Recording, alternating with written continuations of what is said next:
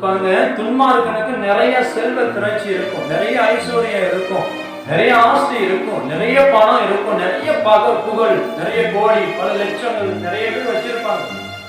ஆனா அவருக்கு ஒரு நிம்மதி இல்லாதத ஏழைகளாகிய உங்களுக்கு, தரித்திரராகிய உங்களுக்கு எனக்கு ஒரு சந்தோஷம் உண்டு, ஒரு மகிழ்ச்சி உண்டு. ஏழைகிட்ட இல்லாத, பணக்காரன்கிட்ட இல்லாத ஒன்று ஏழையாக இருக்கிற உங்களுக்கு என்ன தெரியுமா பலன்?